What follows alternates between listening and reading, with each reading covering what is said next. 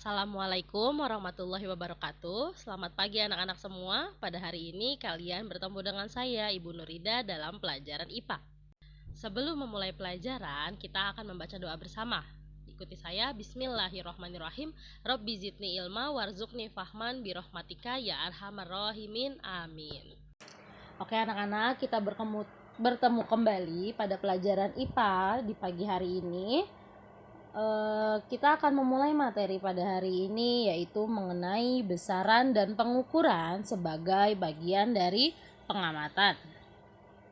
Besaran adalah, di sini bisa kalian baca, besaran adalah memiliki arti segala sesuatu yang dapat diukur dan dinyatakan dengan angka, serta diikuti dengan satuan.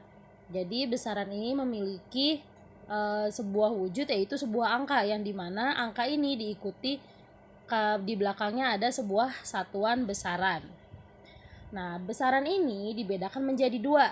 Yang pertama ada besaran pokok, yang kedua ada besaran turunan.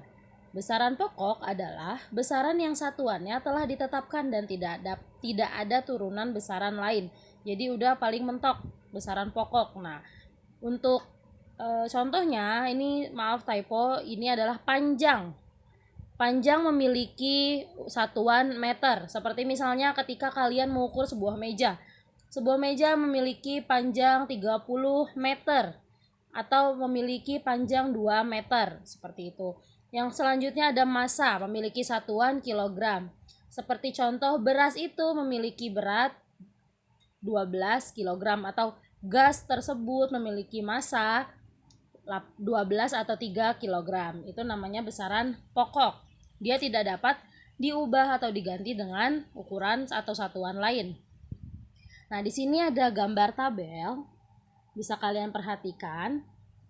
Yang pertama ada besaran pokok, lalu diikuti dengan satuan SI atau standar internasionalnya, dan diikuti dengan singkatan satuan ketika kalian menuliskan di sebuah buku. Yang pertama ada panjang. Panjang memiliki satuan internasional meter, di mana ketika disingkat ditulis dengan huruf M. Lalu yang kedua ada massa atau berat, ketika satuan SI atau standar internasionalnya adalah kilogram dan disingkat menjadi kg. Lalu yang ketiga ada waktu, memiliki satuan internasional second dengan singkatan S kecil. Lalu ada suhu yang memiliki satuan standar internasional Kelvin dengan singkatan K besar. Lalu ada kuat arus listrik yang memiliki satuan standar internasionalnya ampere dan memiliki singkatannya A. Lalu ada jumlah molekul yang mana standar internasionalnya adalah mol satuannya dengan disingkat mol juga, namun huruf kecil semua. Lalu ada intensitas cahaya dengan satuan standar kandela dan juga singkatannya adalah C besar dan D kecil. Kalau tadi ada besaran pokok di mana dia tetap ukurannya tidak bisa diubah, di sini ada besaran turunan. Besaran turunan ini ada 10. Yang pertama ada massa jenis, ini adalah turunan dari besaran pokok massa. Nah, di sini satuannya adalah kilogram per meter kubik, di mana jika disingkat adalah kg per m pangkat 3. Lalu ada besaran turunan kecepatan atau V. Di sini nama satuannya adalah meter per second dengan simbol M per S. Lalu ada gaya atau F besar dengan satuan atau satuannya Newton dan simbolnya N. Lalu ada tekanan atau P dengan nama satuan dan simbol Pascal atau simbolnya PA. Ada energi dan usaha, energi dilambangkan dengan E, usaha dengan W dengan satuannya Joule, simbol dari Joule adalah J. Lalu ada daya atau P dengan satuan watt dan simbolnya W besar. Lalu ada muatan listrik atau Q dengan nama satuannya Coulomb, disimbolkan dengan huruf C besar atau C kapital. Lalu ada besaran turunan potensi listrik atau V dengan nama satuan volt dan simbolnya V besar. Lalu ada hambatan listrik atau R dengan nama satuan ohm, simbolnya omega. Lalu ada besaran turunan frekuensi dengan simbol F kecil, lalu nama satuannya adalah Hertz atau Hz. Nah, biasanya kalau massa jenis kalian bisa temukan massa jenis ini di sebuah volume. Lalu ada kecepatan ketika kalian mengendarai kendaraan umum. Kendaraan pribadi atau umum seperti motor itu di depannya ada meteran kecepatannya. Lalu gaya atau F ini bisa kalian temukan ketika kalian melakukan sebuah tarikan atau dorongan pada sebuah benda, itu diukur besaran gayanya. Lalu ada tekanan atau Pascal ketika kalian berenang nih, kalian lompat ke air. Nah, ada tekanan dari badan kalian ke air. Nah, air itu yang mendapat tekanan akhirnya terlempar keluar atau biasa kita sebut cipratan air. Nah, itu dihitung kalau di dalam fisika. Lalu misalnya ada energi usaha, itu joule. Biasanya saat kalian melakukan sebuah kegiatan, itu juga masuk ke dalam energi atau usaha. Lalu ada daya atau watt. Biasa kalian lihat kalau watt ini di listrik, lampu seperti itu, atau televisi. Nah, itu diukur wattnya. Lalu ada volt. Volt juga sama seperti di lampu di arus listrik. Lalu ada di frekuensi atau hertz. Biasa kalau kalian yang suka denger radio, nah itu kan ada frekuensinya. Berapa 80,3 hertz itu adalah frekuensi dari sebuah radio. Nah, itu ada termasuk ke dalam besaran turunan. Lalu yang selanjutnya akan dibahas adalah satuan. Satuan adalah segala sesuatu yang digunakan untuk menyatakan hasil pengukuran atau perbandingan dalam suatu pengukuran. Seperti tadi ada meter, ada second, itu adalah satuan. Nah, satuan ini dibagi menjadi dua macam, yaitu satuan baku dan satuan tidak baku. Nah, satuan tidak baku ini adalah jenis satuan yang tidak memiliki acuan tertentu dan menghasilkan nilai yang berbeda-beda. Nah, contohnya apa nih? Misalnya, kamu mengukur sebuah panjang meja dengan jengkal tangan kamu. Ketika kamu mengukur dengan tangan kamu, ternyata panjang meja adalah 7 jengkal. Tetapi ketika yang mengukur adik kamu memiliki tangan yang lebih kecil, ternyata dengan jengkal adik kamu ini memiliki panjang 10 jengkal, memiliki perbedaan 3 jengkal. Kenapa bisa seperti itu? Karena ukuran jengkal kamu dan adik kamu berbeda, sehingga hasil yang didapat pun berbeda. Itu kenapa disebut tidak baku. Kalau satuan baku adalah jenis satuan yang nilainya telah ditetapkan sehingga hasilnya akan selalu sama. Contohnya meter dan second itu memiliki alat ukur yang sudah ditentukan, sehingga ketika kalian mendapatkan hasil, ketika kalian mendapatkan angka yang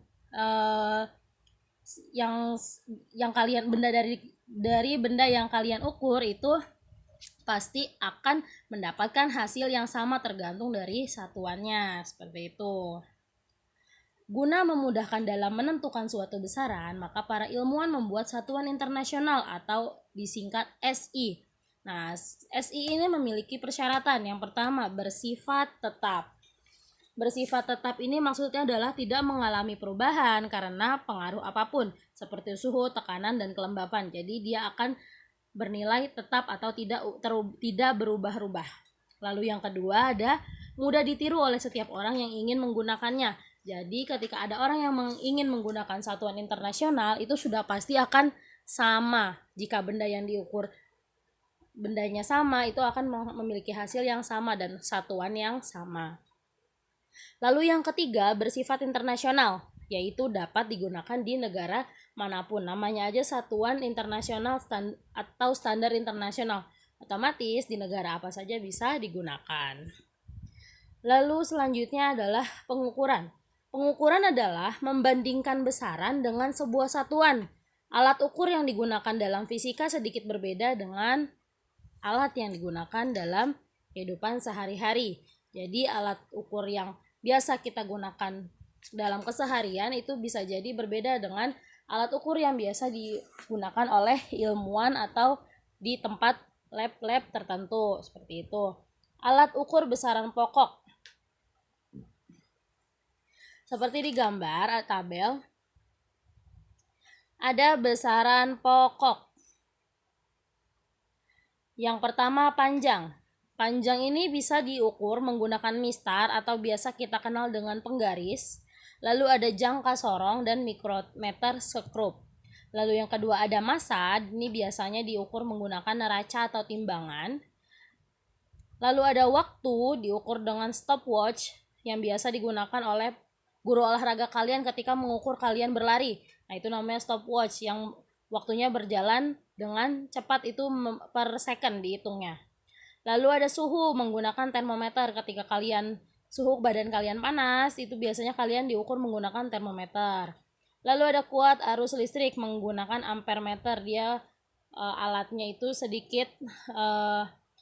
agak sedikit besar, berbentuk segitiga. Nah, di situ ada angka-angkanya dan angkanya sangat rinci.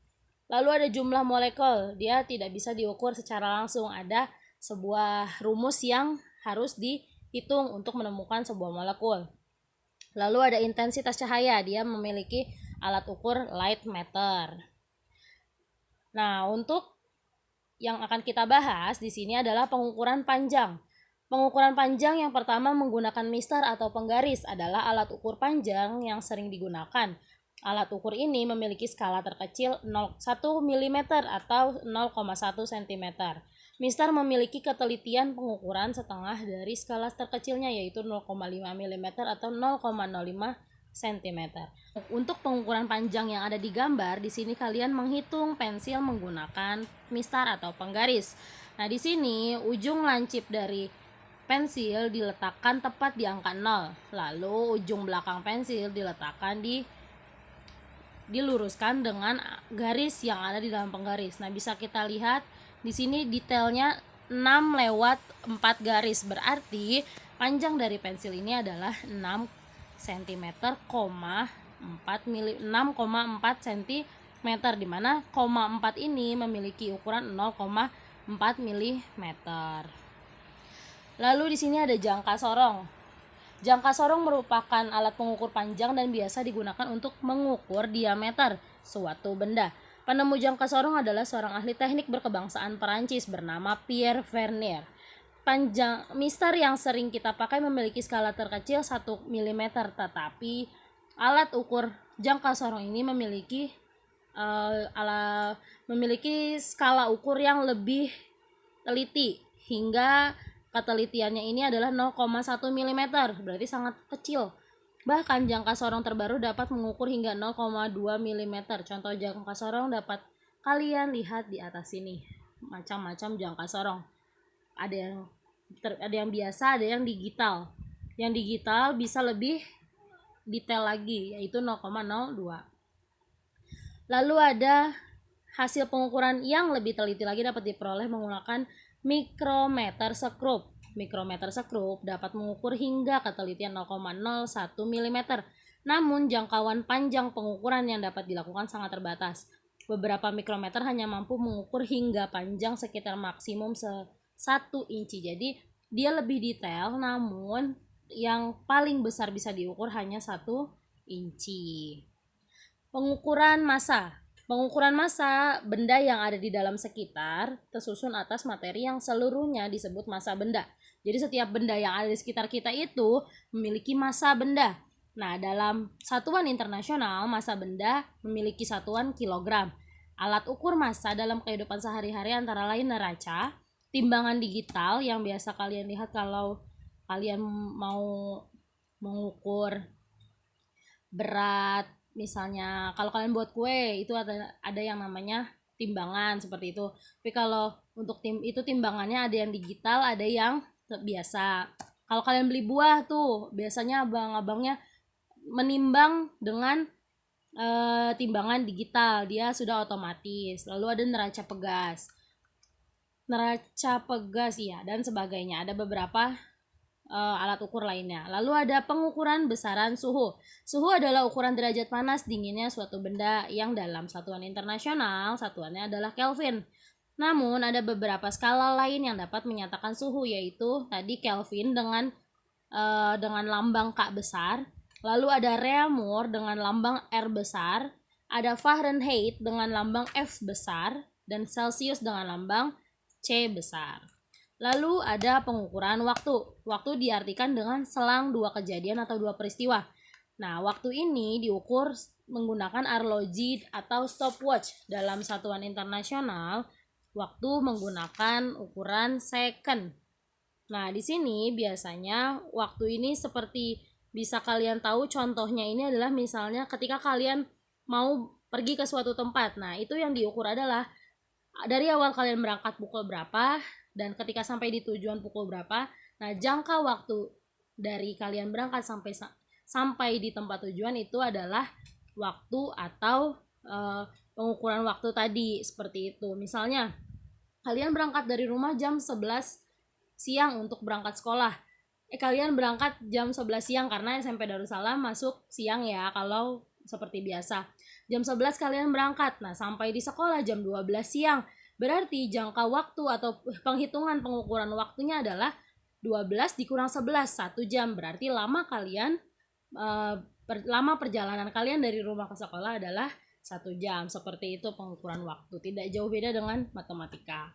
Nah, untuk saya berikan soal di Google Form.